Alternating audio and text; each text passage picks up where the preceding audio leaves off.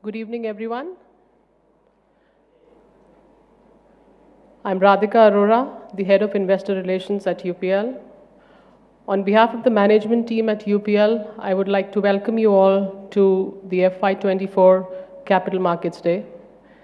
Whether you're all in the room or joining us through the webcast, I do believe the hours spent with us today will be very valuable in understanding the strategic direction of the company. You'll get a chance to hear from and interact with the business leaders of the platforms. So with that in mind, I will get off the stage in just a bit, but just before that, a few logistical pointers. First on Q&A, there's a lot of information in today's presentation, and we want to make sure that you hear it all before opening it up for the questions. The session will start with a presentation by Chairman and Group CEO Jai Shroff, CFO Anand Vora, CEO of UPL Corporation, our international crop protection platform, Mike Frank, CEO of UPL SAS, our India crop protection platform, Ashish Dobal, Benjamin Marolda, Global CEO of Advanta Enterprises, our global seeds platform, and Raj Tiwari, CEO of our UPL Specialty Chemicals Limited. Lastly, please make sure to check out the safe harbor statement about the forward-looking statements. So with that, please silence your phones, sit back, and we start the presentation. Let's welcome on stage our Chairman and Group CEO, Jai Shroff.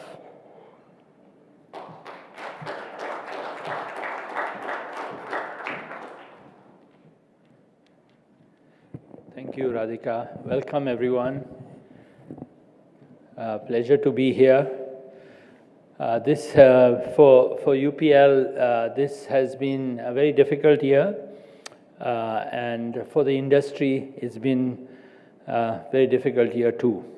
Particularly in the last 30 years or so of my very active involvement in the business, I haven't seen two major markets which have had big slowdown like we had this time.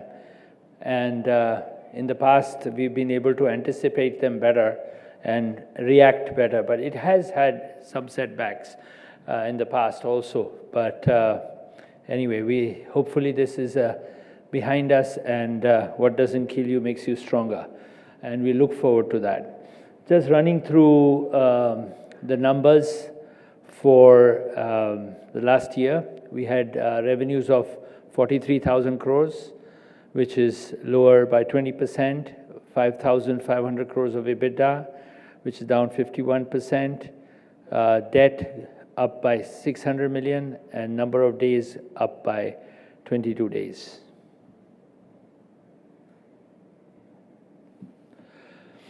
So focus for the coming year and coming years is really to focus on profitable and business which is focused on improving working capital. And I think the whole industry, as I talk to my colleagues around the world, is focused on that, and I believe that we will see a dramatic improvement. At UPL, we will focus on growing our platforms, whether it's Advanta, it's Specialty Chemicals, Crop Protection India, or the UPL Corporation as the global crop protection leader. Improving cash flows and deleveraging the business, and unlocking as much value as we can over the next 2 or 3 years from the various platforms, which each individually are leaders in its own space. Did I do 2 pages? Yeah. Crop protection, looking at all the platforms, UPL Corporation, global crop protection leader, we expect the Brazilian market and the US market to recover, and we'll see some benefits there. At SAS, the team is completely focused on launching so many new technologies and really focusing on improving our brand presence and cash flows. On the seed business, Advanta is leading its way on the corn seed platforms in India, where there is huge demand, on all the forages and other platforms around the world today there is a huge interest in different aspects of the seed business, which is biofuels, and we see Advanta continue to gain market share there. On specialty chemicals, we have the internal manufacturing platform and the other specialty chemicals. UPL plans to invest and continue to grow and stay one of the largest specialty chemical companies in India. Reimagining sustainability. It is the theme of the future, and UPL is actively involved in various platforms, whether it was COP28, our whole NPP platform for agriculture, which is growing, doing better, and part of so many value chains, whether it's sugarcane in India, cocoa, rice, sustainable rice in UP, and there's a lot of interest from the food companies to transition to buying traceable food, which is more sustainable. So on sustainability, when we talk about sustainability, we are talking about our Zeba platform, which is to reduce water, our ProNutiva platform, which is to really focus on soil health and crop productivity. On the sugarcane project, which we can talk a little bit about, is already engaged with a number of sugar mills in India to really improve the productivity of sugarcane production, reduce water and reduce fertilizer. And we believe that the impact of this on the environment will be huge, but not only that, it will improve profitability for the farmers. And you can see the impact of that on a real-world basis in various places. Transitioning to green impact, today we have 62 megawatts of green power, and we intend to, in the next year, double that.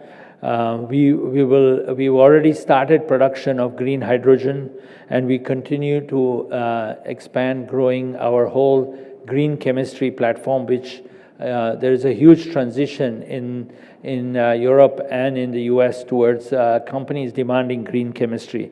And we believe that UPL will lead the way in the specialty chemical sector. Thank you very much, and I hand over to Anand.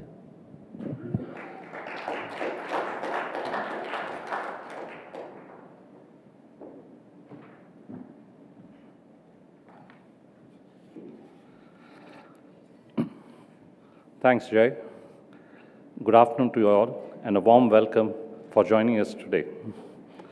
All of you know that it's been a challenging year, probably the most challenging year in recent times.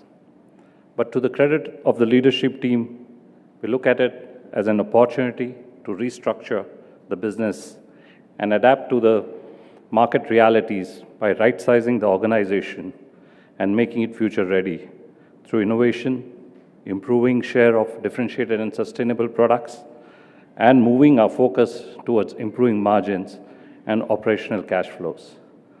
With that, I'll start with the results for Q4. Talking about the Q4 results, we saw a sequential improvement in performance versus Q3 by recovery in volumes as well as in margins. Our revenue for the quarter stood at 14,078 crores, reflecting a decline of 15% versus that of the last year.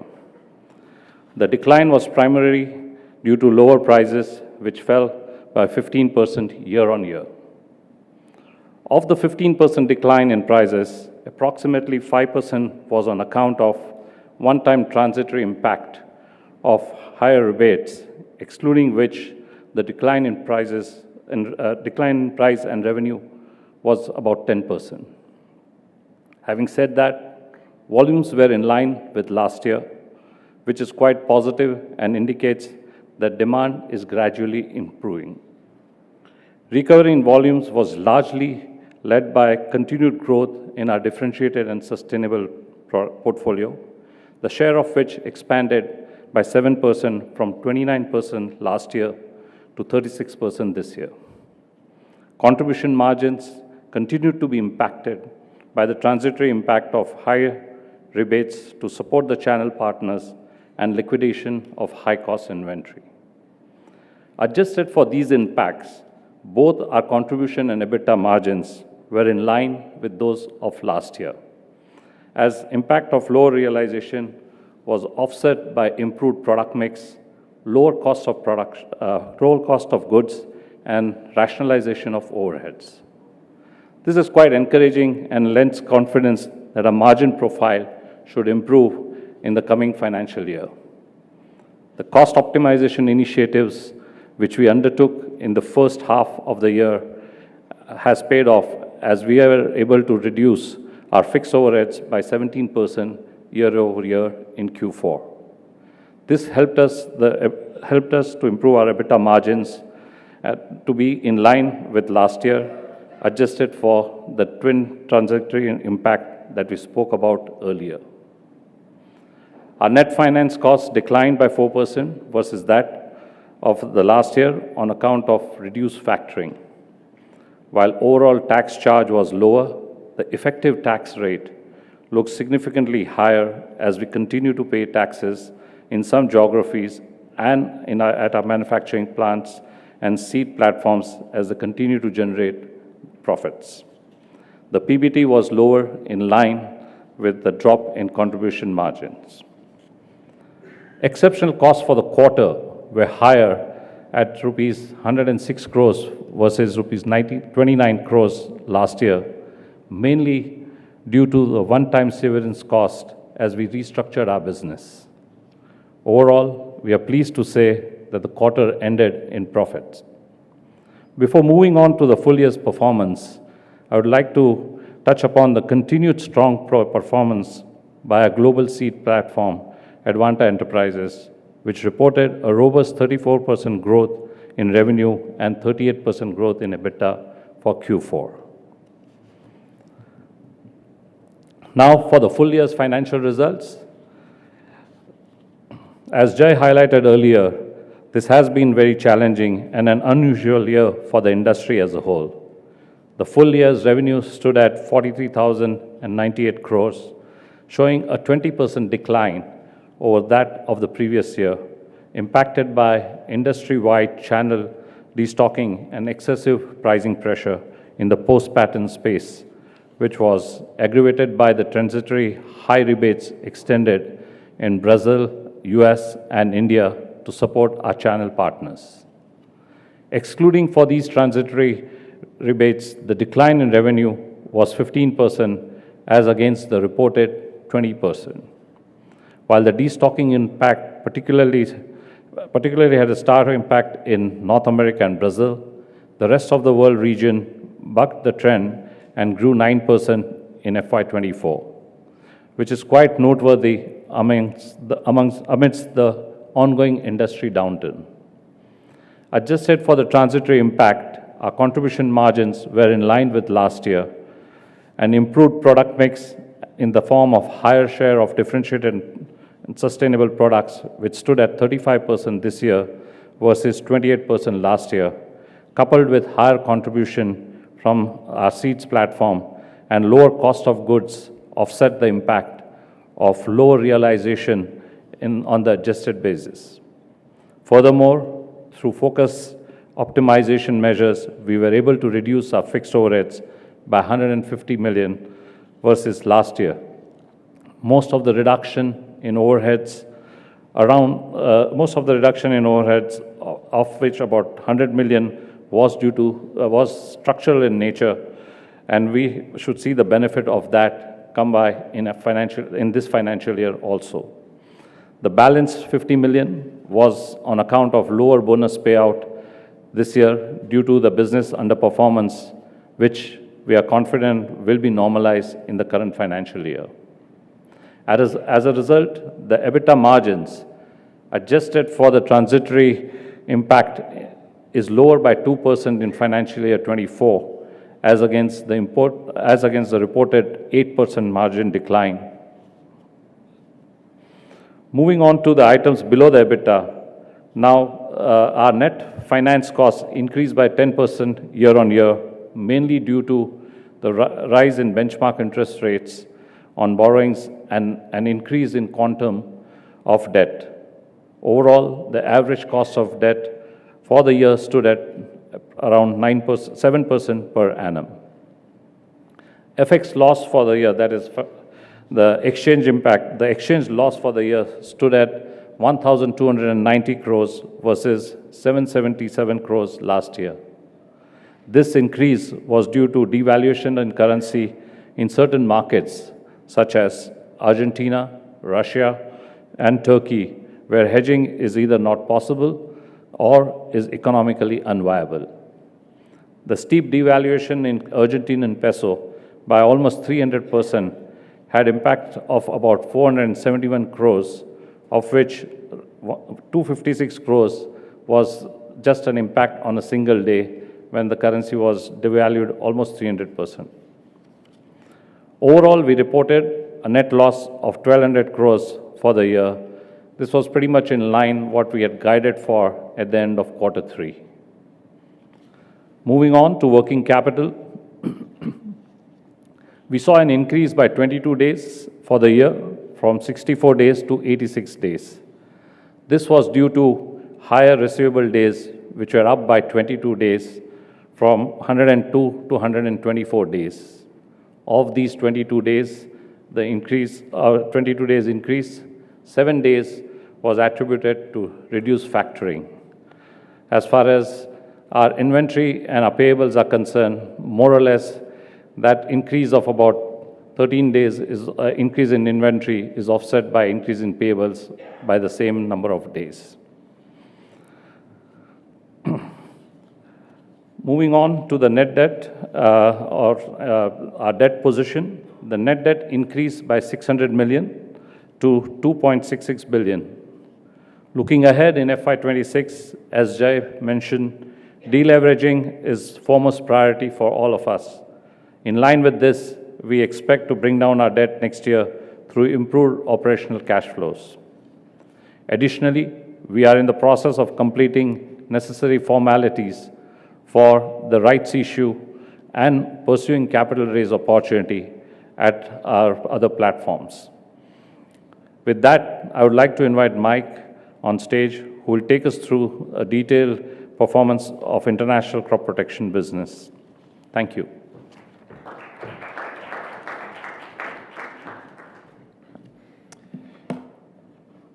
All right, thank you, Anand, and great to see everyone here again this year.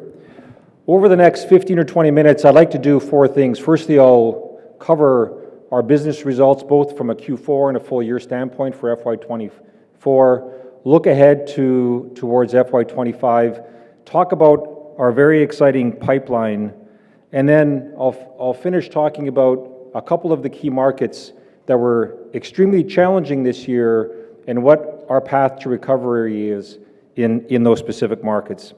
So as both Jay and Anand mentioned, FY24 was an unprecedented year with the business impacted really on multiple fronts. We'll go through the performance in detail along with the steps taken during the year to lay the foundation for our future growth over the coming years.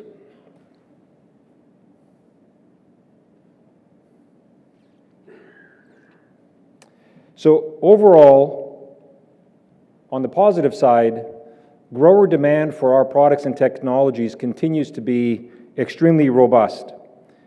And in most markets and most crops, farm gate price for commodities is still high on a historical level, and farmer margins are strong, again, in most crops and in most geographies where we operate. However, the gap between sell-in and sell-out within the channel persisted throughout last year, and we expected the channel demand to normalize, in particular in the second half of FY25. So moving to the financial results, our fourth quarter revenue was down versus last year, driven primarily from pricing, and we experienced margin compression largely due to the transitory impact of higher than normal rebates and selling through higher cost inventory. This quarter, adverse weather conditions occurred in Brazil and Europe, further impacting our volumes and affecting the top line. However, we're beginning to see the signs of green shoots in our performance. Our margins in Q4 improved sequentially and was on par with last year on a normalized basis. Additionally, the relative share of our differentiated and sustainable segment was up, driven by volumes, indicating a wide adoption for these offerings. We remain on track with our overhead optimization plan and have rationalized our spend significantly through a change in our operating model. In the quarter, we also reduced our receivables significantly. So turning to our regional performance, our major markets continue to face destocking and pricing challenges. In Brazil, as I mentioned, adverse weather and higher returns aggravated the situation. Other parts, though, of Latin America, in particular Mexico and Argentina, continued to perform very well, significantly outpacing the industry growth. In North America, we continue to face pricing challenges in herbicides such as glufosinate, clethodim, and S-metolachlor, and rebate-related support impacted our revenue in this region by approximately 10%, with a direct impact, of course, on our margins. In Europe, volumes declined due to excess rains and floods in the western and northern parts of the region, and destocking and the ban of high-margin bifenazate also impacted regional performance. In the rest of world region, which comprises primarily of Asia and Africa, our performance was outstanding in that region, and we greatly outpaced the broader market.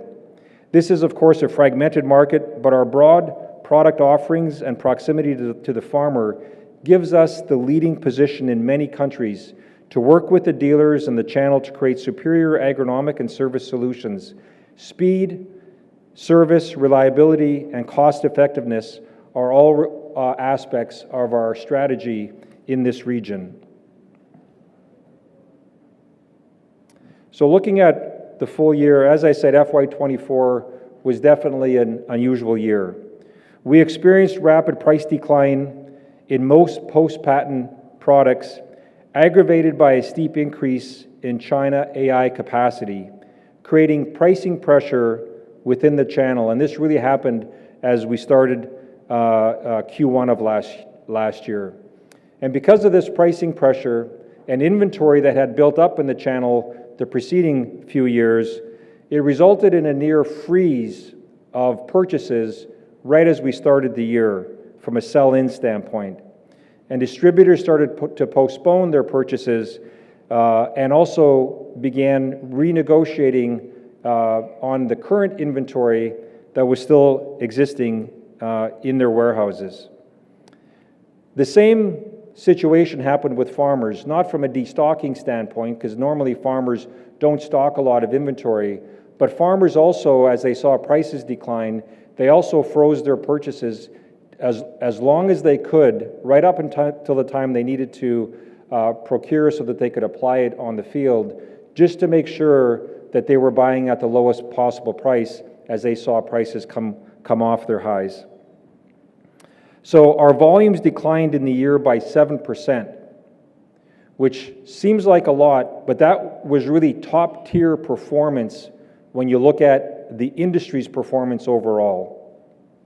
However, we had many of our top post-patent products impacted by the overall price reduction and hit again with channel rebate pressure, thereby resulting in 22% price decline across our portfolio over the year. So while addressing these challenges, we took a conscious decision of clearing out our high-cost inventory, and we slowed production of new material to manage working capital, causing some negative impact from unabsorbed overheads in our P&L. So while some spillover is still expected in the first half of FY25, most of these impacts are now largely behind us.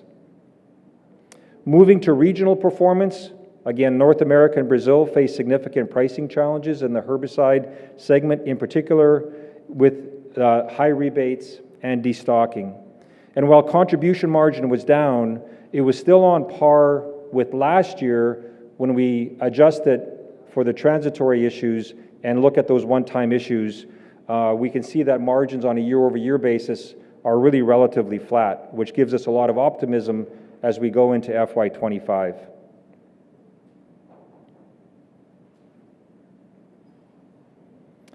Among key regions, as I mentioned, LATAM faced significant price decline, mainly in Brazil.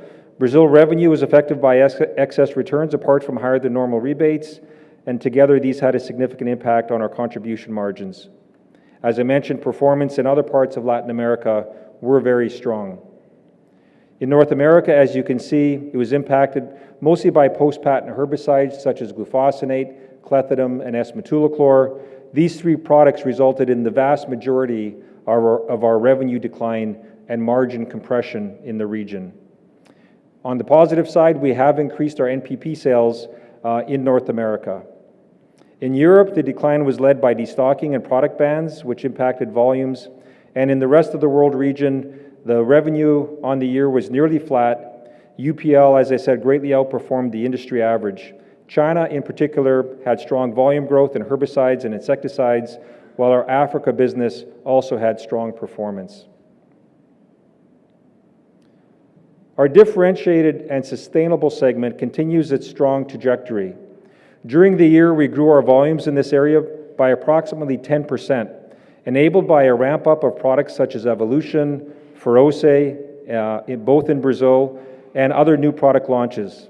Additionally, input cost tailwinds in Sperto and Evolution also helped maintain our segmental margin at greater than 40% in this differentiated and sustainable segment. Through this volume growth, we have improved our overall mix of differentiated and sustainable to 35% of our sales versus 27% in FY23, and we're on path to achieving approximately a 50% share of our mix by FY27, which has been our target for the last few years. Our focus on innovation and solving farmer pain points is demonstrated with strong revenue growth from new products. Further, a majority of our launches were from differentiated and the sustainable segment. Each of these recent launches, as you can see on this page, have met with noticeable success and are on path to becoming real strong, near blockbusters in our portfolio.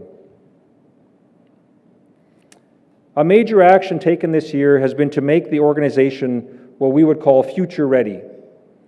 And we've taken several steps to lay the foundation for our medium to long-term growth.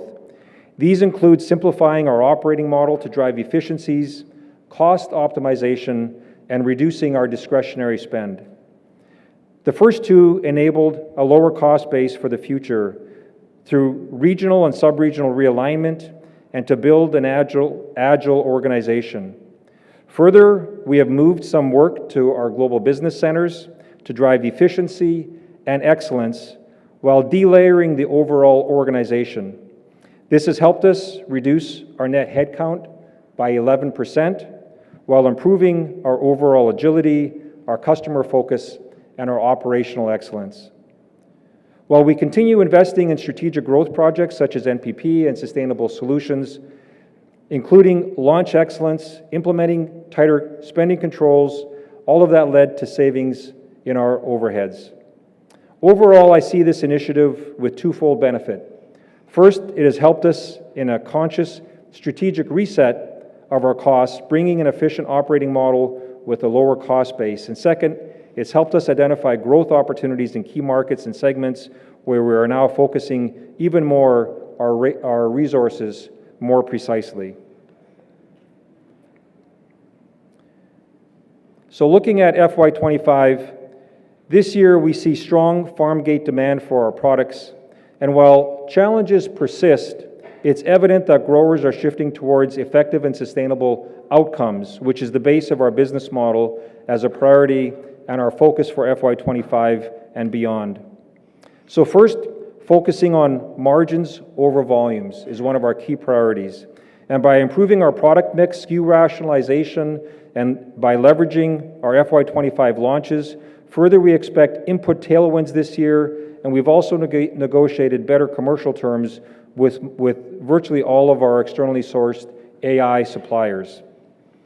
Second, by generating additional cash largely through working capital improvement in markets such as Brazil, where receivable days are traditionally longer, we will move our sales closer to the use period, allowing us to reduce DSOs. We'll also prioritize reducing our inventory through use of data and analytics and using our AI modeling in our demand planning processes. Finally, by driving innovation and leveraging our differentiated and sustainable solutions, we have a strong pipeline this year with over $85 million of new product revenue expected, and we also anticipate further ramping of our recent launches from the past few years. Looking specifically at our Sustainability Solutions segment, which we often call Natural Plant Protection or NPP, this comprises biologicals, biocontrols, and biostimulants. This will continue to be a driver for future growth for UPL. This segment is estimated to grow globally at approximately 10% over the next 5 years, and with our current portfolio and our exciting new pipeline, we have ambitions to outpace the market with a CAGR of approximately 14% over the next 3 years, and I'll show you some of the products in our pipeline here in a few slides. So to achieve these objectives, in our portfolio, we aim to expand our focused, what we call hero products, our real big hitters, through higher penetration and geographic expansion. For example, we have a product that's branded as Yukon. It's a biofungicide, and it has excellent control on downy mildew. This is a technology that we launched in Europe with great success, and in FY25, we're now launching it over many parts of Latin America. Our focus on biocontrols is also enhanced by our open ag collaboration with ecosystem partners like Novonesis. For example, a new biological soil health solution for controlling nematodes, branded as Nemaxa, was successfully launched in Brazil this past year, again with outstanding and industry-leading results. And we're now awaiting registration in the US for launch of this brand in the coming season. So with such innovation ongoing, we have 10 new active ingredients in our NPP pipeline, and we're well placed to deliver around $700 million of top line in this business by FY27. We want to also be closer to the grower to better understand their pain points. So for this, we're empowering our sales team through what we call our NPP Academy. It's an online digital training program covering 28 of our hero products with cross-pollination sessions across the globe and creating incentives for our entire sales organization. In Brazil and Europe, we've also created over 100 NPP field promoters across 20 countries to generate demand, covering the unique nuances in each of the markets. Further, we are leveraging our Pro Nutiva program to solve grower pain points through spray programs combined with conventional crop protection and low residue programs that are NPP products for disease control. Two such examples are for bananas in Central America and pomegranates in Europe. On the crop protection and sustainable solution side of our pipeline, it's also very robust, as you can see here. And it's really built around customer centricity with a strong focus on resistance management, be it insects, plants, disease, or weed control. Our new products are therefore a healthy mix of traditional crop protection products as well as biosolutions. On a risk-adjusted basis, our current pipeline is approximately $5 billion of peak revenue per annum, of which around $1.5 billion annual sales is expected by FY27, with approximately 75% of that new revenue being incremental. I would like to emphasize that we have 26 molecules in our entire development pipeline and 17 new solution platforms, both up by one versus what we reported at our Capital Markets Day event last year. Additionally, 80% of our pipeline is in the differentiated or sustainable segment, again up 2 points from our presentation last year, which really demonstrates our focus and our priority, including our R&D in this area. So over the next 3 slides, I want to take you through our recent launches and a more detailed review of our robust R&D pipeline. This is in line with what we presented last year, and I'm happy to share on this slide that we have delivered several innovative products across categories, and many of the projects have advanced to the next phase gate. We have a strong pipeline for the near and future growth. There are some names that you are already familiar with, such as Evolution, Feroce, Shenzi, Preview. Each of these offerings address specific pain points for the grower, and all of them play an important role from a resistance management standpoint. So here in this slide and the next slide, I'll show you our pipeline products, including the current status. This spans across crops and regions, as you can see, as well as various stages of product development, ranging from validated efficacy, which is our stage 2, all the way to launch readiness in stage 4, just prior to expecting regulatory approval. On this first page, you can see our robust pipeline for weed and disease technologies. All of these products, along with those on the next page, constitute our peak pipeline revenue of $5 billion, which has been risk-adjusted according to the development phase. Each of these technologies have passed our screen for being an important tool, helping farmers with both resistance management and further farm sustainability. On this slide, our pipeline for NPP, seed-applied technologies, and insecticides, you can see is very strong. We also have some interesting new technologies advancing through various stage gates in our R&D process. I would also like to add that for several of these offerings, we are very excited about their peak revenue, as I said, over $5 billion in total from our pipeline.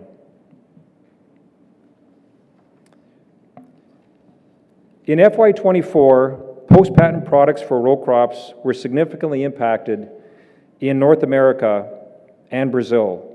For us, this has led to significant value erosion and consequent impact on overall performance, as we have shared. With this, our immediate priority is to once again show profitable growth and improve cash generation in these markets. Our strategy to get back is twofold. One, we are working closely with our channel partners to focus on sell-out and to align our supply chain with their demand forecast. Additionally, we are leveraging on B2B sales and pushing for private labels where there's an opportunity. Further, we're also targeting large growers and leveraging on our retail collaboration, specifically in Brazil and South Africa. Our strong pipeline in FY25 is expected to drive margin accretive volumes. Ramp up of our recent launches in Brazil and herbicide offerings for row crops, such as our new Intrava DX in the Midwest, are expected to drive revenue growth in these key regions. We also see potential in expanding our bulk business in the U.S., specifically for herbicides in the Midwest.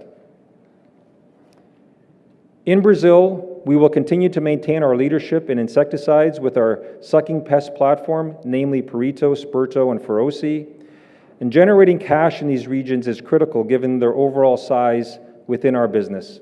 Our primary focus will be to ensure inventory optimization and liquidation, as well as positioning the sales closer to use, specifically in Brazil, to manage working capital more efficiently.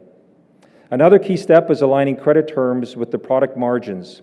This will be achieved through a more detailed mapping of timing of sales with the product margin, SKU rationalization, and reducing lower margin sales, as well as through quarterly working capital improvement targets. Impact of these initiatives are expected to be amplified by leveraging our internal capabilities, including supply chain excellence, R&D, marketing, as well as our data and analytics toolset.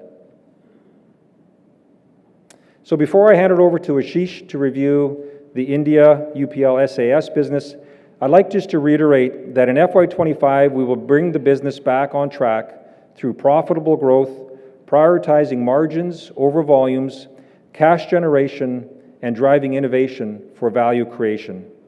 We remain on track for 50% of our sales from differentiated and sustainable products by FY27, driven by new launches, and with an innovation rate in FY27 expected to be in the mid-20s. I am confident in the resulting positive impact through our operating model upgrade to drive organizational efficiency and excellence.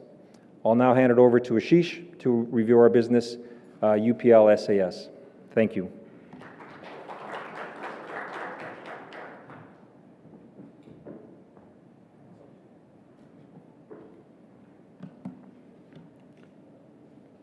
Thank you so much, Mike. A warm welcome to all of you. Good afternoon. It's great to see all of you in person after almost a year. I'll be talking about UPL SAS. UPL SAS, as we all know, is the crop protection business for India, but it's not just crop protection. We also are pushing the boundaries here to bring solutions for drought mitigation technologies. We are looking at climate smart technologies, precision farming. We are looking at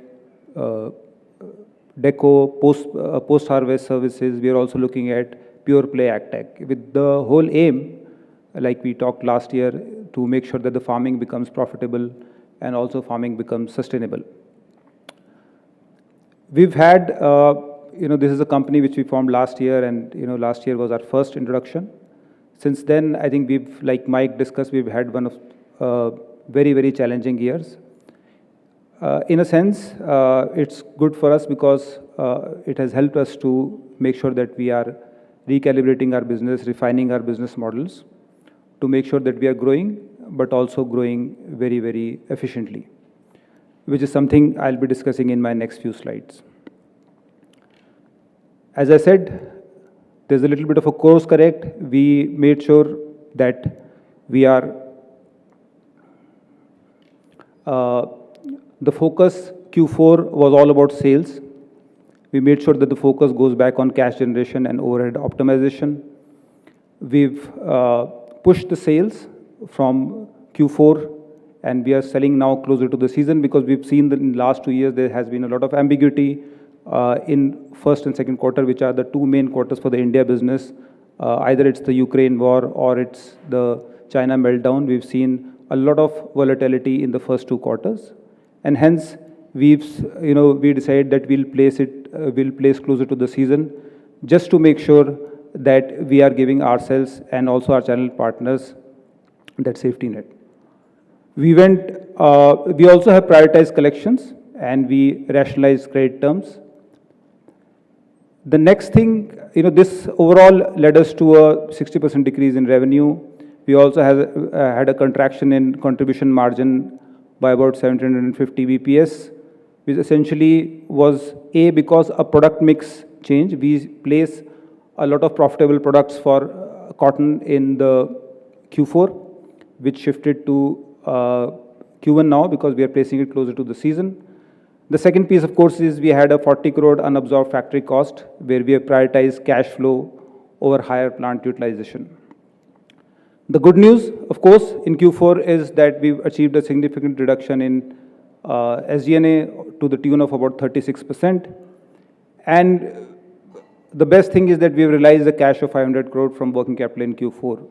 We've had quite historic cash collections of about 1100 crores in Q4, despite lower sales. And we've restricted further working capital buildup and we've further tightened credit. A little bit of an update on our digital business. The revenues were flat, but we managed to reduce the EBITDA to 10 crore loss from about 52 crore loss. We've had cost reduction across the platform. How the year pan out for us? So people who would know that we are a leading company in cotton. We have a huge market share in cotton, and cotton, we all know, went down in terms of acreages by about 10%. And then later on, very, very inclement weather for cotton, whether it was North India, Central or South India, which impacted us more than it would impact anybody else. Summer pulses was a segment that we had made on our own. This segment also was down substantially last year, purely due to weather. The India story is more on the inclement weather that we had last year than any external influences. And to add to that, the Rabi itself, we all know were some of the driest months that we have faced in September, October, November, which meant that the southern Rabi season also didn't take off. And when it's a overall dry season in Kharif or Rabi, you do a blockbuster product for us, glufosinate. We have 2 brands in the market where you need intermittent rains for this product to sort of work well. Didn't work well at all. So I think we did have some generic pressure, but I think it was mainly the season which impacted this business. And of course, we delayed the entire product placement, or we took it closer to the season to rationalize the channel inventory and improve working capital. which meant that all in all, with 2,845 crores, we were down by about 34 crores in top line. Once again, as some of our most profitable products are in cotton and summer pulses, as the moment these two crops get affected, our product mix gets impact, and that puts a huge pressure on the contribution margin. And of course, we had an unabsorbed factory cost that I just discussed in Q4, which drove EBITDA down despite improvement in SG&A. SG&A on an annual basis was down by 15%. And we, once again, what we set out to achieve also was that we generated a cash of about 1,000 crores in FY24. And more important than that, which we had not done in some time, was improved the receivable days by about 55 days by realignment of sales closer to the season. Digital business, the revenue is about 53 crores as compared to last year's of 72 crores, but there was a significant reduction in the loss to about 99 crores against 283 crores of last year. Nurture.Retail turned positive. At CM1 level, we are positive in most of our platforms. We have about 95,000 KYC retailers. We are improving the number of retailers who are working on the platform. In terms of our engagement on the app, the numbers have almost doubled down in terms of how much time a person is spending on the app. And we have a lot of exclusive brands, not just from UPL and so on, but from some of the other companies also who are coming on the platform on a regular basis now. Some brighter things for the year 25-26. We are having 6 major launches. We are trying to, we know that we have a leadership position in cotton, but that also becomes a problem when the season goes a bit off on cotton. So we are focusing very, very aggressively on rice, vegetable, maize, and sugarcane. So in that, we are launching 6 new products, 2 key products on paddy, BPH and stem borer. We all know are 2 key products. We are having 2 insecticides on this. We are having 1 insecticide on vegetables. We are having 1 fungicide, a multi-set fungicides, which will go in multiple crops, and we are having 2 non-selective herbicides, one for plantations and the other for non-crop area.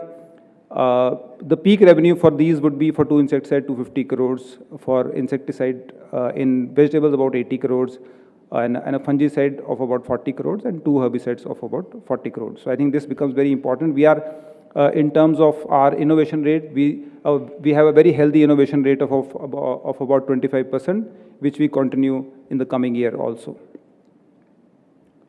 Strategy going forward, we do have, like I said, we are realigning our business priorities for future. It's good that we got a challenging year this year.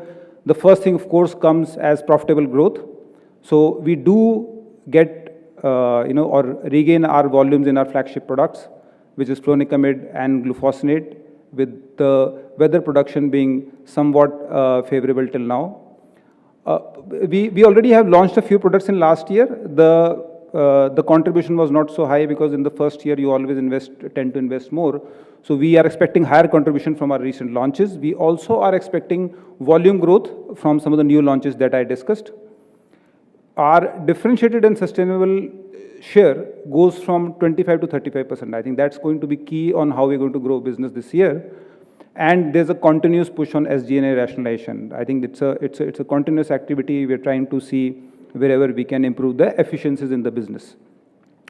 Lowering working capital, of course, is our second pillar, where realignment of sales closer to the season is not just a Q4 phenomena. We keep on doing it as we go forward.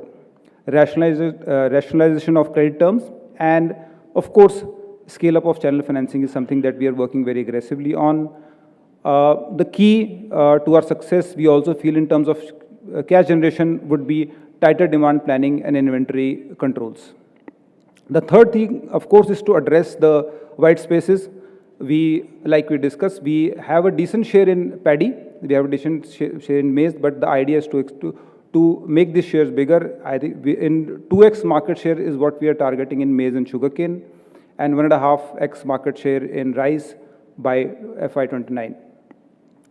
In the areas where we are present everywhere, but 2 areas we have sort of identified where we need to get stronger are east and some of the southern markets.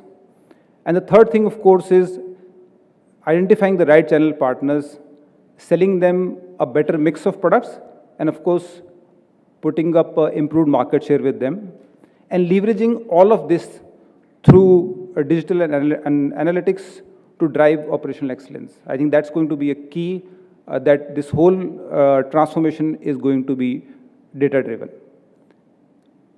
With this, we are pretty confident that next year when we'll be standing here, with a much better performance, with much improved numbers. And with that, in terms of improved numbers, I would like to call my colleague from Advanta, Benja, who would talk a little bit about improved performance. Thank you.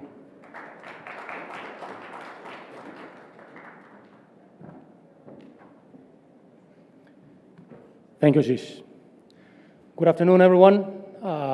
We're shifting a little bit on the markets, moving out of chemicals, moving into seeds.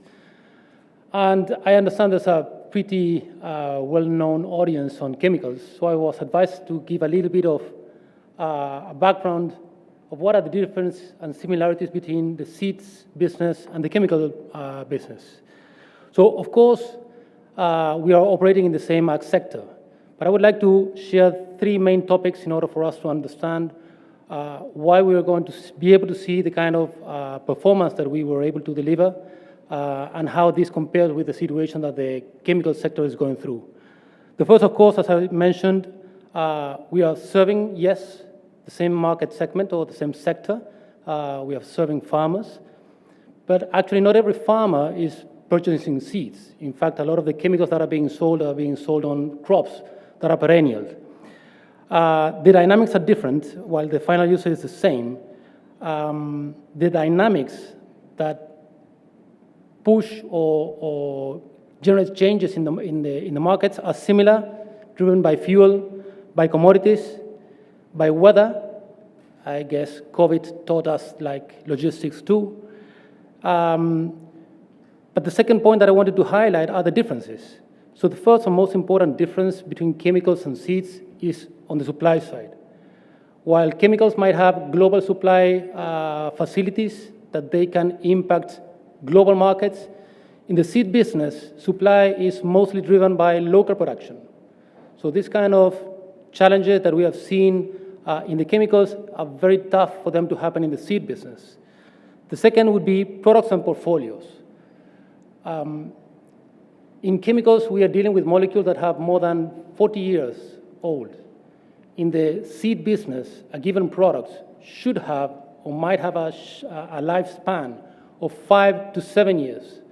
Every 5 to 7 years, we are changing that product. The industry is changing that product. That means that that product is dead and most probably will not come back. Of course, we have long-standing products, but there's a natural balance to come up with new products in order to be able to provide better performance to the farmers, to keep our market share and to continue providing more value to farmers. And the last point on the differences is the growth drivers. There's very little more land for the seed markets to expand. So value of the seed market is driven by innovation mainly, pulling in new products or new technologies that will add more value to farmers, out of which we will be able to share some of it and capture that as a price. The second one would be hybridization. You might be aware that in many regions, farmers are still open or using open pollinated varieties compared to hybrid seeds that are delivering higher performance. And the last one, of course, would be crop or portfolio mix. When a given more valuable crop takes over a lesser valuable crop, then the market would be growing. The last point I wanted to share before I jump into the numbers is regarding how we create value as an organization. And that is mainly driven by IP, intellectual property, and value generation. And that happens through the development of different products, what we call germplasm development. And that is unique, and that is by region. There are very little examples of products that can move around the globe. And that is why you will see that most of the seed companies have a lot of R&D facilities for a same given crop in very different countries. Because every country has a particularity where that particular crops needs to receive products that have been developed for that particular region. The second one is the level of investments that the company do, the germplasm diversity, and the access in order to be able to generate different products and new and better performing products. And the last one that is undermined is time. Time is extremely important because you might be wondering why aren't there a lot of startups selling seeds? Because for developing seeds, it takes decades for you to be able to develop a product, and for that product to be reliable enough for a farmer to walk away of a performing product into your own products. And those are some of the traits that we at Advanta have. We have more than 60-year history, and that brand helps us when we come with a new product for farmers to believe that that product will perform better than our own portfolio and better than competition. And of course, last but not the least, the people in the companies that help to position that portfolio in the ground for farmers to actually believe and see with their own eyes what we say on our brochures, on our field days. With this being said, I'll go into the numbers. We had a fantastic Q4 where we were able to deliver, as Anand mentioned, a 34% growth from 835 crore to 1,119 crores. The contribution profit, most of that revenue came from volume, accounting for 27%, where FX was 0.5% and price 6%. The higher volumes were driven through improved realizations in canola, in corn, in sorghum, and vegetables. And we have a very healthy traction volume on vegetables in India. When we go to the EBITDA, where we were able to grow 38%, the first line item would be contribution, where we dropped from 54.7% to 48%. Major of that drop happened because we had higher production cost, and that was basically driven by weather. In seeds, whether we like it or not, we deal with Mother Nature, and we produce our inputs on open fields, so we have to deal with that. So we had lower recoveries in India, in Australia, in Thailand, and Indonesia, and some change in the crop mix. When we look into the expenditure on the fixed overheads and the R&D expenditures, we spent higher than last year, in line with what we were expecting, but of course they got diluted on a very high revenue, and that helped us to deliver 38% growth in the EBITDA side, moving from 15.2% of EBITDA to 15.6%. When we look into how the regions performed, we can see in the Q4 that basically the Americas and Australia were the biggest contributors in the regions, together with Europe, and Asia, because of what I mentioned before, had a lower growth in the Q4. When we go to the full year, we were able to deliver a growth of 17% in the top line. Now the growth participation is more balanced between volume and value, where volume is participating with 9% and price is 6%, and we had a benefit of 2% in the FX. We had a strong traction on all of our 4 pillars, be it field corn, sunflower, canola, and sorghum. And this is not one standalone growth that we have been having. Advanta had been performing, and when we look into the CAGR on the top line from fiscal year 22 to 24, we have been able to deliver 21% growth. The gross margin, when we look into the whole year, we were able to improve from 56 to 57. Overheads in line with the EBITDA growth and the gross margin. The R&D expenditures is mainly driven by project-wise, so we delivered what we were expecting to deliver. And that allowed us also to deliver a 19% EBITDA, moving from 898 crores to 1,068 crores, growing also our EBITDA from 25.2% to 25.7%. When we look now into the regional pie, we can see that both our major regions, Africa and Asia, together with America, remained their positioning. We see a slight decline in Australia, and mainly driven by naturalization of the grain sorghum acreage down there.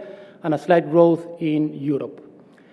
When we look into the working capital, we had a slight increase from 85 to 91 working days, basically by lower inventories. We had a slight increase in the receivables, and the payables were a little bit down from 114 to 107 days. Going a little bit more in the details of the crops, the percentage-wise of how these crops participate on our revenue remains pretty stable. So that means that we have been able to grow in all these 4 verticals pretty in similar way for the last couple of years, where of course our bigger contributor is corn, and we continue to gain market share. We have very strong and established portfolios. We are also launching new products, and we keep on doing that, renewing our portfolio that will give us sustainability and further growth in different markets. And we consistently strengthen our youngest B2C endeavors in the field corn. Going to grain and forage sorghum, and you might remember that this is where we have been driving significant additional value for farmers, driven by the iGrowth technology and even by the AFIX technology. I believe Bhupen shared those in the past. But particularly in Brazil, it has been a major growth driver for us, the iGrowth technology, and the agility to overcome some shortages, as I was mentioning before, that we had at the beginning of the year in Argentina. That is a very important region for us in grains and forages, and also in Australia, in order to capture every single opportunity that we were able to. When we go to vegetables and fresh corn, 2 other very strong crops in our pillars, we bounce back in okra by renewing our portfolio and delivering value to farmers, being able to capture that market share and value share back. We continue to expand our portfolio in other vegetable crops and expanding also geographically out of India. That is our center of excellence. And we continue also to build up the strength in our verticals for our go-to-market in vegetables. While we keep on talking about seeds, when we are talking about the go-to-market between vegetables and what we call field crops, it's totally different assets and domain knowledge that the people on the ground needs to have in order to build the demand and generate the traction. And finally, sunflower and canola, our main oil crops, we have been able to grow. This percentage last year was around 14%, so we grew 2% over the rest of the crops, and mainly driven by a very strong Argentinian portfolio renewal. We have like what we call a new generation of products that they are delivering higher dry matter, higher oil content, and we have been growing market share like nobody's business in Argentina. And also we are strengthening very much our go-to-market and our portfolio in Central Eastern Europe, the region that has not been heavily impacted by the Black Sea conflict, while it also was impacted. And finally, Australia, growing significantly and very aggressively, particularly in Q4, you might have seen that, on canola. We are renewing our portfolio of canola, and we are again also growing market share pretty aggressively. So this was a little bit of what I wanted to share on the Advanta side. So with this being said, Raj, you can take over. Thank you.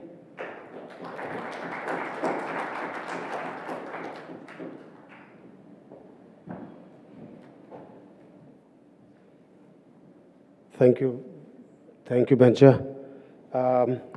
I'll be covering the group's sustainability performance on safety and especially on environmental sustainability, and also would be covering the specialty chemical performance this year.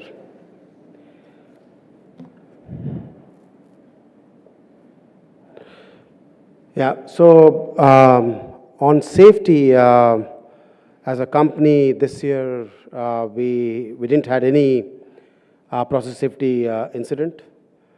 And also our TRFR, which is total recordable frequency rate, has been 0.24 as compared to 0.29 last year. And basically 3 themes. One is, we continued our safety, safety cultural transformation, which was working at the grassroots level. Also worked on the occupational health and safety capability building piece.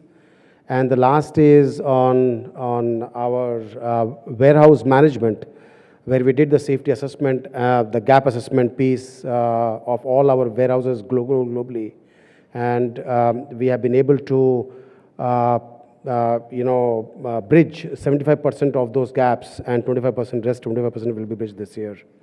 So the safety performance has been good last year.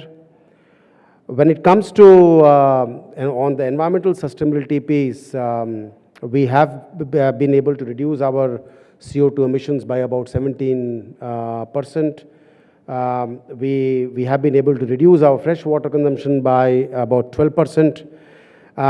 This is, we should keep in mind that, we have, our volumes has been flat. So even if it is per ton, we don't get the benefit of volume. So this has primarily been because of the use of greener energy, and also by a lot of recirculation of fresh water and the water discharges. And last is on waste generation, which has been up by 17% odd. That is on account of product mix. We have been, we continue to be number one on Dow Jones Sustainability Index. We have been included, UPL has been included in the CDP Supplier Engagement Leadership Board.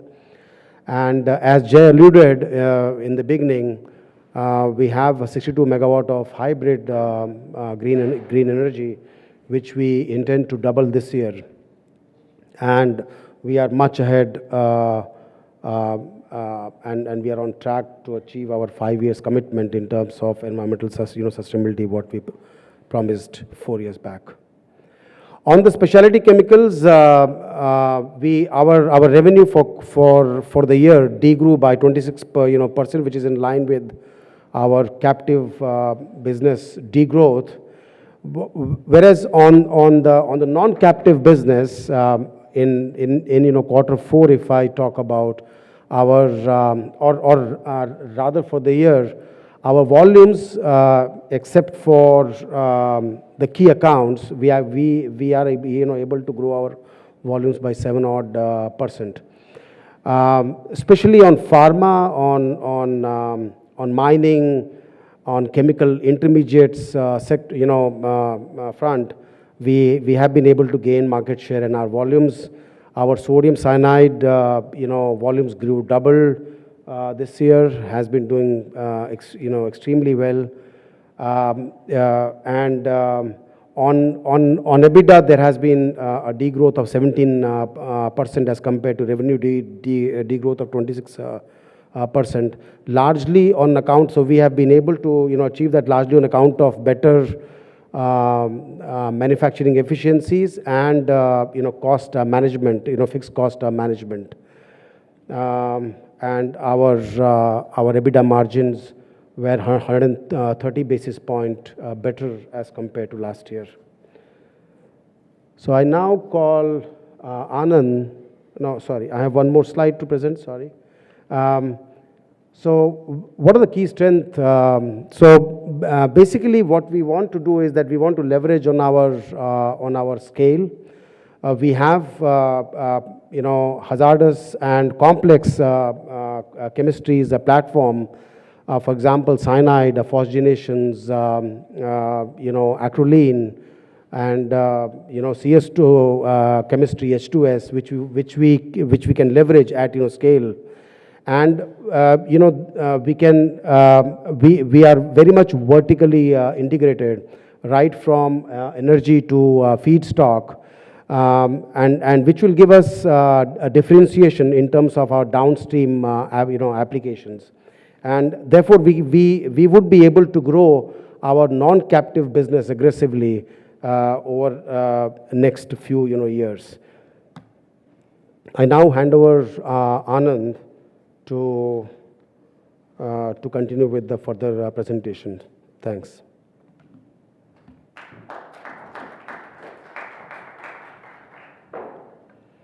So we are almost at the end of our presentation. Discussing about the outlook for the UPL group as a whole for FY25, we expect to return back to growth, largely driven by normalization of our crop protection business. And we expect that to be from effective, I would say, largely coming in H2 of the financial year 24-25. There would be, we are expecting a turnaround in our crop protection business, largely in markets, I would say, North America, Brazil, and India. And of course, continued strong performance in the seeds business. However, as you would have heard from all the four vertical heads, our focus is going to be largely on improving margins, bringing in operational efficiency, and in terms of focus being on cash generation. That's going to be the top priority for this financial year. So our revenue guidance, we are guiding for a 4 to 8% revenue growth in FY24-25. On the EBITDA side, as I mentioned earlier, focus is going to be on growth, margins, significant improvement in margins, and we are expecting at least 50+% improvement in the EBITDA margins for this financial year, that's 24-25. As mentioned earlier, again on the debt reduction, we expect to generate operating cash of about 300 to 400 million, and almost entirely the cash would be used to reduce the debt. So that's broadly our guidance for this financial year. With this 300 to 400 million debt reduction, and also, as we mentioned earlier, the rights issue, which is expected sometime by end of Q2 or beginning of Q3, and some capital raise in our other verticals, we expect to end the year with a net debt to EBITDA of below 2. With this, I would like to invite Jai and all the four vertical heads, and we start the question and Q&A session. Thank you very much for your attention. And yeah. Just one quick correction, the 50% growth in absolute EBITDA and not the margins. Mike just corrected me on that, so I stand corrected. It's 50% growth in EBITDA. Hi, this is Prashant from Elara Capital. Sir, how do we monitor liquidation globally? Is there any data-driven thing that we do to monitor liquidations? Yeah, so I think the question was, how do we monitor liquidation from the channel? Yeah, so there are some markets where we do have access to panel data, which the industry shares, and we participate in that. So there's a few markets where we get, near real-time information in terms of liquidation. I would say the more common method is through our sales reps. As they call on our distributors and retail dealers, that they talk about inventory levels, they walk the warehouses, and we consolidate data that way too. And so it depends on the market. Sometimes it's based on broad market data, and sometimes it's more based on internal market research. Is it possible to do something like one of our innovator competitor does, like QR code driven liquidation? So it is better to control or better monitoring of liquidation? Yeah, no, I think that's right. I think like Mike said, I think it was primarily driven by the data from our sales reps and our field people. But what we've done is exactly what you're saying, is that we've launched a whole new digital ecosystem where each and every product of ours is now QR coded. We've implemented it recently. That should give us a very good idea of the secondary level liquidation, which was a big pain. Is it? Yeah, maybe just one last point. So we have done some trials in certain markets where we pay the channel rebates. We talk a lot about rebates. Often in the past, we would pay a rebate based on getting access to the shelf. And so, the more they would buy, the more rebates they could earn. What we've realized is that a smarter balance is applying some of the rebate to the sellout. And so now across the board in all of our markets, at least 50% of our rebates are on a sellout basis. Again, this doesn't necessarily give us access in real time to inventory levels, but at least by the end of each season, we do get reports on the sellout and the current the current inventory level, which then allows us to apply a rebate to them. So that would be the other change that we're making to our market practice. Lastly, is it possible to incorporate that in our PPT going forward quarterly? Probably not. Thanks. Hi, Saurabh Jain from HSBC. So, wanted to know whether the rebates and discounts, pricing adjustments, it's already passed largely, or we still expect, some more of it to be coming in the next year? And also your views on the high cost inventory. Yeah, hi, Saurabh. Good question. So as we said in our remarks, I think both for the global crop protection business and also in India, much of the pain that we took last year is behind us. I would say in high cost inventory, over 80% of it got liquidated last year, and so there is a little bit that still is yet to be liquidated in FY25. Most of that should clear in the first half of the year. We're expecting that rebates and returns are going to normalize throughout the year. And so we would expect the incremental hit that we had last year from higher rebates and revals and returns, that is behind us, and FY25 will be a normalized year on that front. So just breaking it down, first half of FY25, can there still be losses at PAT? And do you expect the EBITDA margins to be somewhere closer to 15-16%? Last year, first half, we have about 16 to 17% EBITDA margins. Yeah, so what we would expect, again, in the international crop protection market, and others can make their own comments, is that there will be probably some volume growth, and so we would expect the volume increase of 4 to 8% to probably happen quite evenly across the year, maybe a little bit loaded into the second and third quarter. The pricing comparable in Q1 will be a challenge for us, specifically in the post-patent segment. So if you think back to Q1 of last year, the prices were coming down, so in the post-patent segment, there will be some pricing headwinds on a comparable basis. And so we would expect in the first half of the year that there will still be a little bit of margin compression, especially at the contribution level. That'll normalize in the second half of the year, and EBITDA will have a similar impact. Obviously, we've got significant SG&A savings that are going to apply on a full year basis this year, so that'll be helpful to EBITDA margins, but we're not going to guide on a quarter-by-quarter basis, but I think in the international crop protection business, you'll see EBITDA margins and contribution margins increase as the year plays out. Yeah, so at least there won't be any losses at the PAT level? Saurabh, can that be safe assumption? So Saurabh, I think I would like to draw attention that Q1 last year, we had a fantastic quarter, first quarter, and then the Q2, Q3, we saw a sharp decline as the prices, as there was no demand and due to destocking. At the same time, we saw some price, the downward trend had begun and came down sharply, the prices for most of the products. So at least in Q1, you will see that probably there won't be, I would say, you could see a loss at the PAT level, but at the EBITDA, also the EBITDA margins would be lower compared to Q1 of last year. But we expect, as Mike said, that probably even out in by end of H1, and H2 is where you will start seeing the growth. So that's currently, at least based on what we are seeing the numbers, that's how we expect the year to pan out.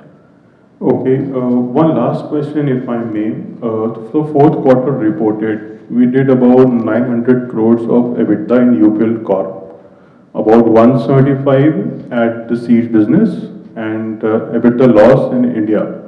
So probably somewhere 1100 crores from these three businesses. The number that we have reported is about 1933 crores. So where that balance part of EBITDA is being captured, in which business and how? It's in the manufacturing business, because as you know, we have now separately built the manufacturing vertical, and as per the agreements which we have between UPL Specialty Chemicals, as we call it, and UPL Cayman, as well as UPL SAS, we charge cost plus 10% on those sale. Plus, there is the specialty chemical business, which is about roughly about 1,500 to 2,000 crores, and that also delivers a margin of, as you saw, 17 to 18% EBITDA level margins are there.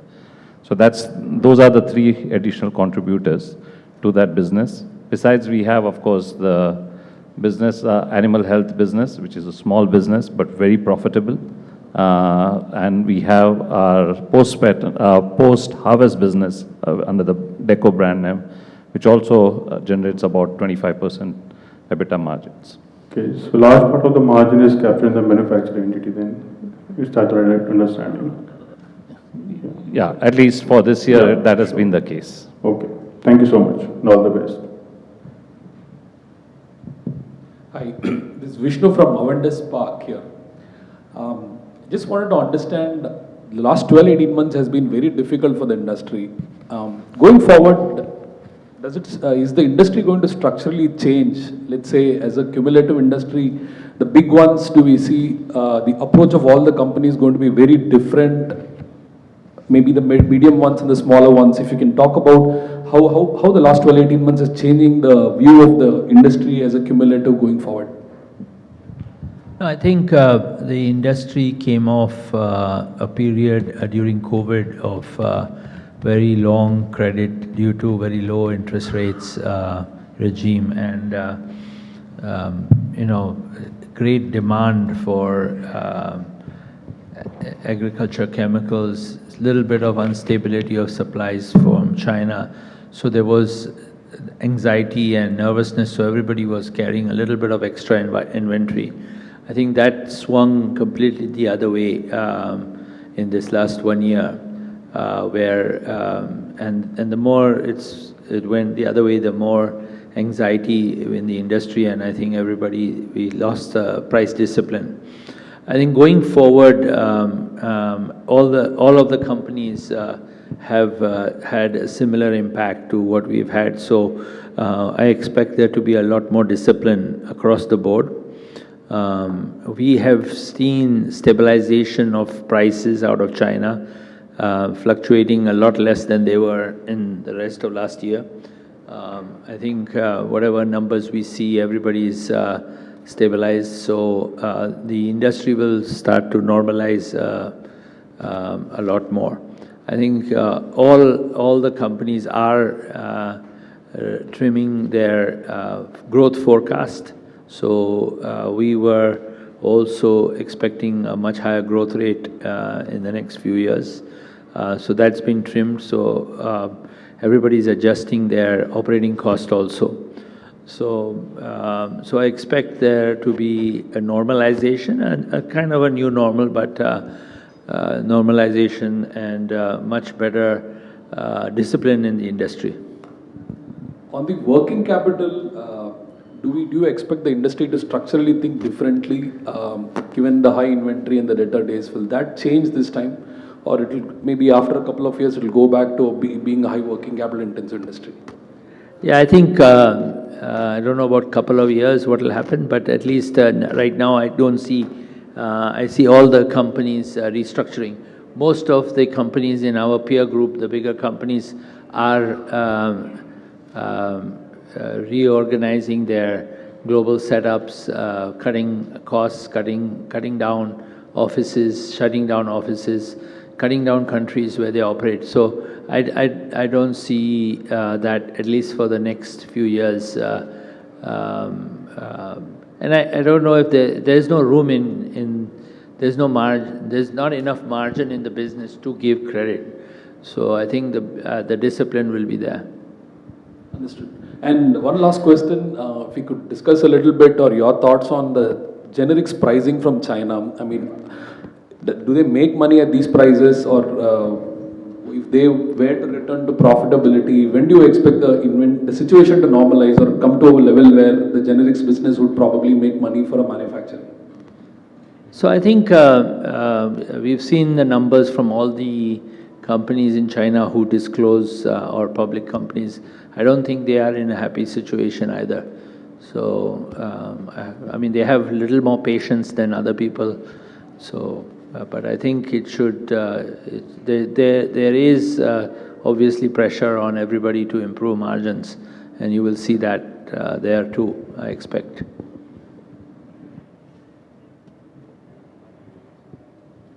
Thank you. Hi, this is Abhijit from Kotak here. Thanks for taking my questions. First, on the results, the Europe region and the rest of the world seem to have done particularly well this quarter, reporting year-over-year growth in revenues. So if you could please just help us understand what happened there. And just with regard to the recent floods in Brazil, is that a concern for our business there? Yeah, so I would say if you take each market a little bit separately, Europe, through much of last year, was destocking. And so coming into the spring season, the channel was beginning to, anticipate grower demand, and so they were stocking up. So even though rains were excessive and there was some flooding in kind of the western, northern parts of Europe, we still saw the channel ordering product, getting in their warehouse, and getting ready for the spring season. So, I think the growth in Europe is a natural growth based on kind of the destocking impact leading into our Q4. I would say in the rest of the world, there really wasn't, for us at least, an impact on destocking. It's a market where, there's still a huge opportunity for us to grow our business, based on our current share position. I think a lot of our competition is de-emphasizing some of those markets because they're very fragmented. I think, our ability to go to market and serve smallholder farmers is second to none, which is a lot of that rest of the world market. And so our performance across much of Asia, as we talked about, into China, and really across the African continent, was really strong, really throughout last year, including the fourth quarter. And then maybe just to comment on the flooding that we're seeing in the southern parts of Brazil. Obviously, that's very concerning.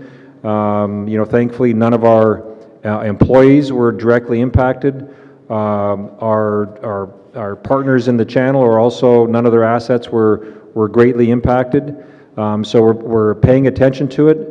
I think it's more of a humanitarian issue at this point in time, and likely won't have a significant impact on crop production. There is some minor crops that are being grown in that region at this point in time, but it's not the major season for row crops, and so we wouldn't expect it to have an impact on the overall row crop production in Brazil next year. Second thing, on the overcapacity issue in some of your major molecules, you specifically mentioned glufosinate, clethodim, and S-metolachlor. Any recent developments you're seeing in terms of either capacity rationalizations in China, or are there still capacities being added there? How do you see those molecules faring going forward, and what percentage of your revenues do those contribute? Yeah, no, so S-metolachlor and glufosinate, these are the very large molecule for us. We have large, capacity, but also that we are a significant player. We have our captive volumes itself is large. Going forward, I really don't know what will happen in, China. There has to be some consolidation, of volumes, or some shutdown of the volume, because the world doesn't need that much of capacity, especially on glufosinate. On S-metolachlor, doesn't look to be a great capacity. It is largely in line with market needs. Point out on the cost position. So I think someone raised a point on the cost position of China and whether generics are making money or not. Now, whether somebody is making money or not, but out of our top 15 molecules, what we make, actives, we are very, very cost competitive as compared to China. Now, and this is based on the data, which is the export data from China. Vis-a-vis that, we are very, very competitive. And therefore, we don't see, I mean, going forward on a normalized basis, margin should not be, a concern. So that's what our cost competitiveness is. Thank you. One last thing from my side. Just any further rebates or inventory write-downs that we should expect in fiscal 25? And also the overhead reduction plan, has that completely played out in the 4Q numbers, or is there more to come in coming quarters? Yeah, so on rebates and high-cost inventory, as we discussed earlier, there will still be some liquidation of high-cost inventory coming into FY25. We believe most of that or all of that should really clear in the first half. And again, I think from an overhead standpoint, we made a commitment during FY24 that on a comparable basis, we would reduce our cost in FY25 by $100 million across the group, and we're on path to do that. Yeah. Hi, sir. Good evening. Rohan here from Nuvama Institutional Equities here, this side. Sir, first question is on the debt reduction, which you mentioned with the roughly 50% kind of EBITDA growth, which you are looking for this year, almost at 8,000 crore kind of number. We are talking about almost 3,000 to 4,000 crore rupees kind of debt reduction. Are you assuming any further capital raise here, or because only from the operations, probably this number doesn't justify that we can reduce the debt up to that extent, or it's only primarily coming from the working capital? So it's a mix of both working capital and through the EBITDA, but this 300 to 400 million does not include any proceeds from rights issue or any other capital raise. So sorry, but if to raise this question on this forum, but in terms of capital allocation, we have seen that 2 years back, almost we came with the buyback offering to the investors, and done that also while we were still a quite leveraged company. Now we have seen that last 1.5 years have been troubled for the industry, and we are again here probably looking for the fundraising opportunity, contrary to what we have done 2 years back. Do we have, learned something from here that probably a strong balance sheet is always the need of the hour? And does it change the strategy of the company or the mindset of the board that we always, we have been always looking for the acquisitions on the cost of the leveraging balance sheet, and also do we expect that going forward, maybe over next 2 to 3 years, we can have a stronger balance sheet with less leverage going forward, or we still will have a focus on growth rather than balance sheet? So Rohan, I think we saw the presentation by all the 4 verticals, and you see all of them spoke about focus on improving the margins and reducing the working capital or generating free cash flow. So clearly this year the focus is going to be on generating free cash flow, and those money would be used, as we specifically mentioned when we gave the guidance also, the 300-400 million which we are going to generate free cash flow this year will be used to reduce the debt. Also, as far as the rights issue proceeds are concerned, the object, as you would see whenever the rights issue is done, the objective for raising this rights issue money is to repay the debt. So clearly the focus is on debt reduction. I think I would just only say that while with whatever we did, the buyback and other things, nobody anticipated the markets to, sort of drop so rapidly. And this was, as we all mentioned, as Mike, Jay also mentioned, that's an extremely unusual situation. We have not seen in the last 30 years such a scenario. So I think clearly the entire management is now focused on improving the margins and reducing the working capital or generating free cash flow to repay the debt. That's our focus for at least next 12 months. I think, just to add to, the focus is to, as you alluded in your question, is to make a strong balance sheet, and really focus on our portfolio of companies which are generating, if you look at the whole portfolio, there are a lot of businesses, our differentiated product business, our Advanta seeds, even specialty chemical side. These businesses are generating ROCs in excess of 30 to even 35, almost 40%. The idea is to really focus on growing those businesses. Also, is there any asset monetization, because we have now made some structural changes with the 4 companies in our vertical? So is there any asset monetization opportunity along with the rights issue you are also evaluating? Yeah, so I think the idea of creating the platforms is to give the management teams very clear opportunity to grow their business,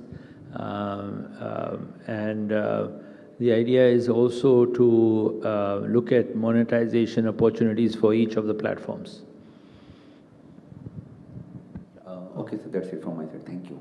Yeah, Rohit Nagaraj from Centrum Broking.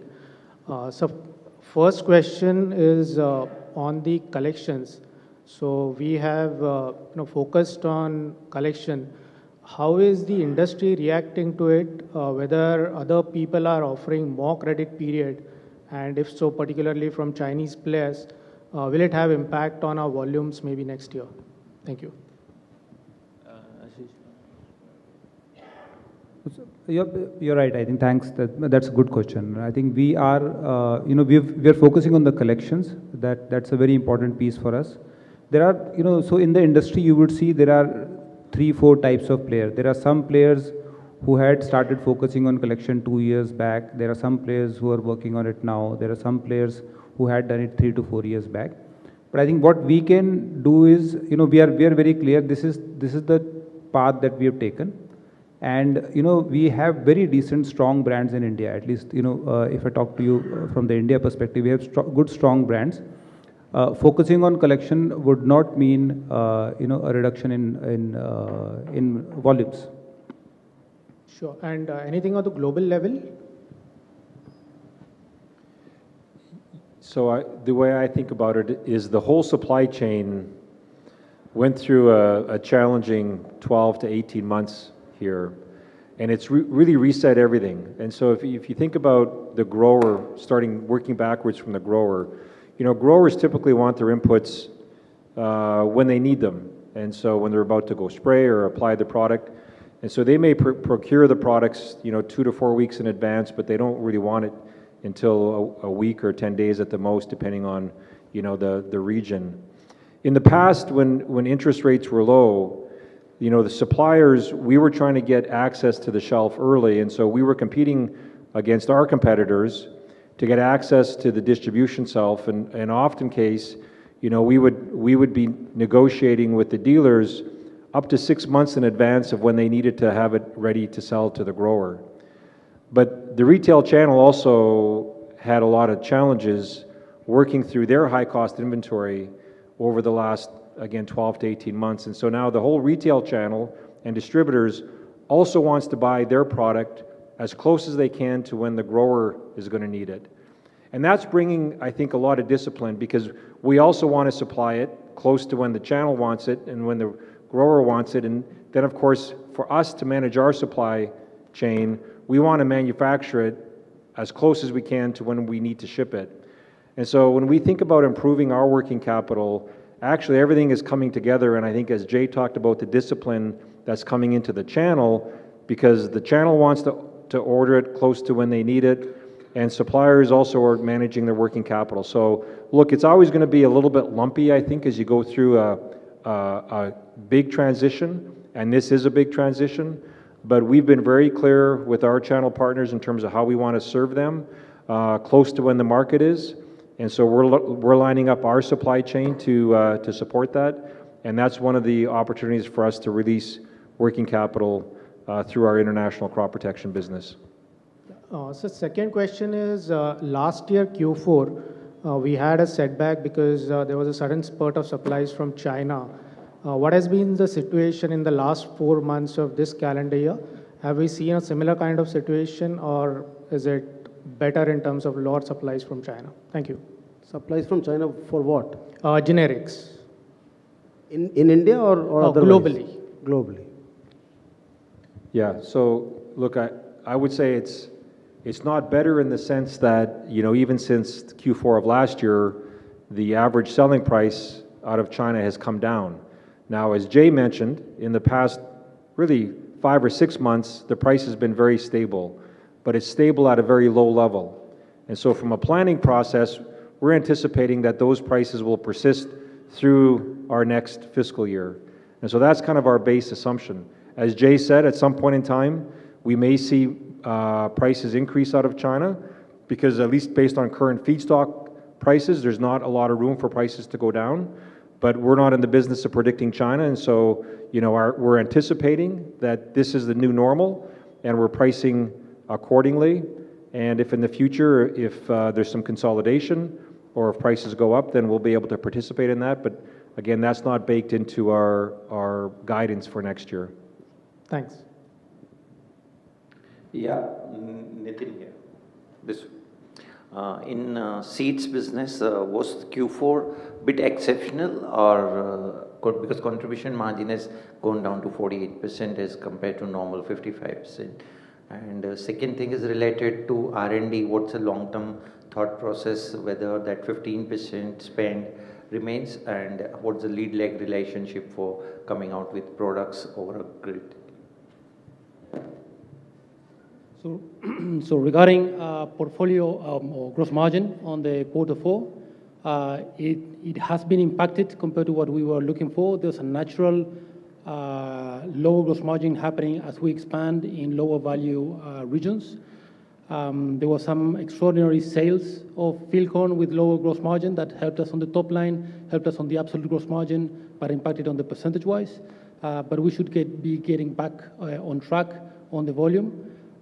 It's also important to understand what are the regions that we are serving in the Q4 that are mainly regions that would be having a lower gross margin compared to the ones that we are serving in Q1 or Q2. That would be on the gross margins.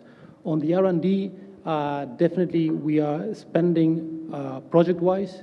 There's very important aspects on the R&D that once you commit to a given operating or OPEX, there's no way back to create savings because trials will be planted, operation will be done. So we have been operating extremely consciously on what we are deploying, but definitely R&D is the core of our business and we will continue investing. I mentioned the importance of time, but time is nothing unless there's investment in improving our genetics. So R&D will always be a region, an area within the P&L where we will continue investing because that will be creating the pipeline for us to continue growing in the future. Thanks. So sustainable margins will remain 55 plus for this FY25? Yes. Thank you.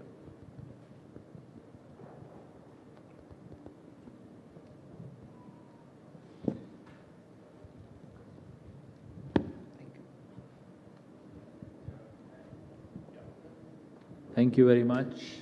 I think we're no more questions, then we can meet outside. Yeah. Thank you. Thanks for joining us, and please join IT.